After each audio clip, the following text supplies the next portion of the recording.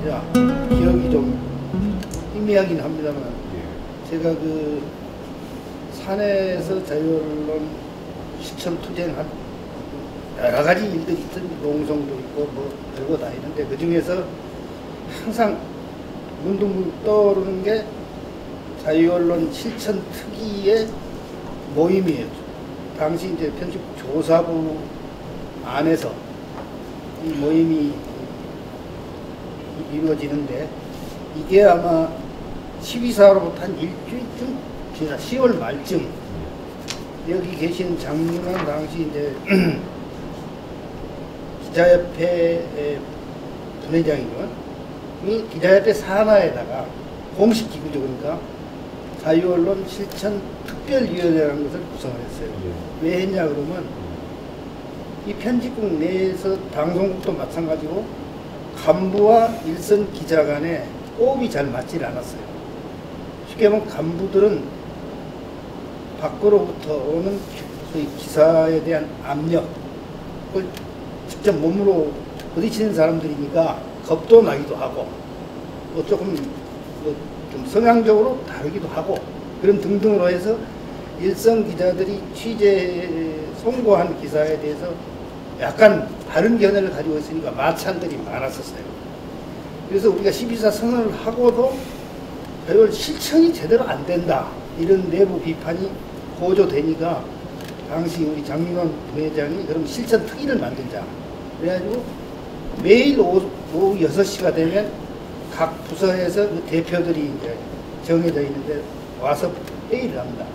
거기서 이제 그날 그 자기 부서 또는 자기가 담당하는 면, 편집자 같은 면 등등 그날 있었던 문제들, 자기가 발견한 것, 들은 것, 이런 것을 가지고 토론을 하는데 항상 데스크 얘기가 많이 나오죠. 당연히 나오죠. 내가 기사를 보냈는데, 또는 어떤 사람이 기사를 보냈는데 출고는 됐는데 편집에 잘렸다든가, 또는 이렇게 큰 기사가 1, 2단으로 작게 처리됐다든가 등등 얘기들이 나오고, 그럼 그 무성한 논의를 반영을 해야 될 거 아닙니까? 그래서 만든 게 알림이라는 게 있었어요. 네, 매일 알림이 나옵니다. 그걸 프린트해서 이제 아침에 우선 기자들도 봐야 되지만은 데스크들이 봐야 되거든요. 그러면 내가 지금 또 기억이 나는데, 어떤 데스크는 그걸 보고 자식들, 나쁜 새끼들, 그럼 나보고 어떻게 하란 말이야? 내 신문사 그만두란 말이야? 이런 정도로 불평불만이 초기에는 아주 심했어요.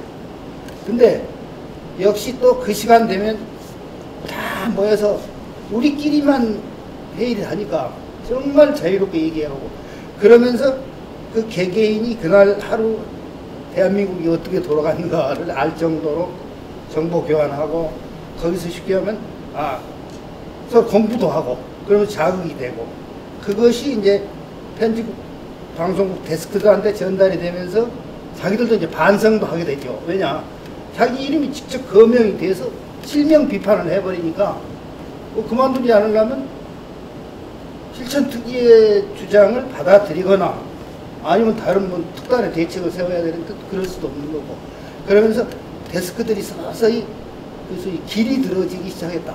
그러면서 신문이 조금씩 좁히게, 방송이 조금씩 다르게 이렇게 발전해 간 그것이 지금도 기억이 생생하고, 그 운동이 바로 자유언론 실천 투쟁에서의 핵심이었다.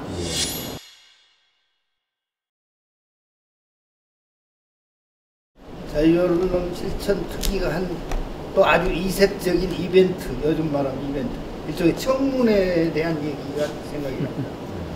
이제 그 당시에 방송뉴스부는 정치경제부, 사회문화부, 방송, 보도제작부, 이 3개 부서가 있는데, 이걸 총괄하는 사람이 김진현이라는 부국장, 당시 부국장, 편집 부국장을 달고 이 3개 부서를 총괄해요. 근데 이 사람이 이제 쉽게 말하면 각 부에는 부장이 있다고, 데스크가. 그런데 그 위에 있는 이 김진현이라는 사람이 횡포가 심했어요. 우리가 봐도. 부장들한테 우리가 물어보면 금방 아는 얘기거든요. 왜 오늘 뉴스가, 예를 들어서 그 정도 뉴스는 당시 뭐 요즘은 어떤지 모르지만 라디오가 전성시대니까 정오 뉴스가 가장 청취율이 높아요. 그러면 중요한 기사니까 정오 뉴스에 반드시 나갔을 것이다. 또 나가야 된다라고 생각했는데 나중에 빠져 있어요. 근데 그 경위를 조사해보면 반드시 김진일이라는 사람이 개입을 했어요. 소위 말해서 청취율이 낮은 시간대로 옮겨버린다든가 그 지시할 수 있는 권한이 있어요.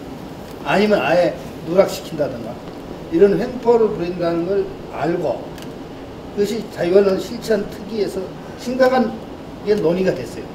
이대로는 둘 수 없다. 그래서 우리 당시 실천특위 장유란 위원장께서 결단을 내렸습니다. 그러면 방송뉴스부에서 몇 월 며칠 그러니까 10월 말 진짜 정확한 날짜는 기억을 못하겠는데 거기서 기자총회를 열겠다. 그래서 방송뉴스부에서 총회를 열었는데 그게 일종의 요즘 말하면 청문회죠. 그게 김진현 부국장을 임석하에 청문회가 열렸으니 방송뉴스부 사람들은 말할 것도 없고 편집국의 다른 부서 사람들까지 다 와서 수십 명이 모여가지고 참 질문도 하고 답변도 하고 뭐 이런 분위기가 있었어요. 당시 김진현 씨가 굉장히 이제 혼난 셈이죠. 왜냐 편집국 간부는 당시까지만 해도 상당히 좀 후배들한테 존경받는 것이 일반적 풍토인데 물론 우리들은 존경 안 했습니다만은 일반적으로 동아일보의 부서장이면요 밖에 나가면 굉장히 존경받는 자입니다. 당시 사회적으로. 그런데 후배 언론인들한테 기자들한테 소위 말해서 좀 망신을 좀 당했고 그런 것이 다른 간부들한테는 아마 영향을 미쳤을 거예요. 나도 잘못하면 저런 꼴 나겠구나. 그러니까 좀 조심하게 됐을 거고. 그게 언제까지 지속이 되냐 그러면 제작급으로 할 때까지 지속했습니다. 그러니까 한 3개월? 3개월 이상을 매일 그렇게 했습니다. 그것이 요즘 각 언론사에 무슨 뭐 실천 특위 뭐 방송에 그런 내부적인 장치들이 있는 것 같은데 공정보도 민실이 이런 것이 아마 원조라고 봐야 되지 않겠나. 지금 실제로 그렇게 하고 있는지는 모르나 분명히 우리가 그 정도의 지면과 방송을 바꿀 수 있었던 것은 실천특위 결과가 성과가 아니었나 그렇게 제가 생각합니다. 자유언론 실천 선언이 터져나온 후 이 시기에 동아일보는 우리 언론사의 가장 빛나는 페이지를 차지하느라 그 어목했던 때에 금기를 내고 시대정신과 국민 여론을 반영하는 참다운 신문의 길이 어디에 있는지를 분명히 보여주고 있다. 동아일보는 여타 언론을 선도했고 건강하고 살아있는 비판으로 국민들의 지지와 성원을 얻었다.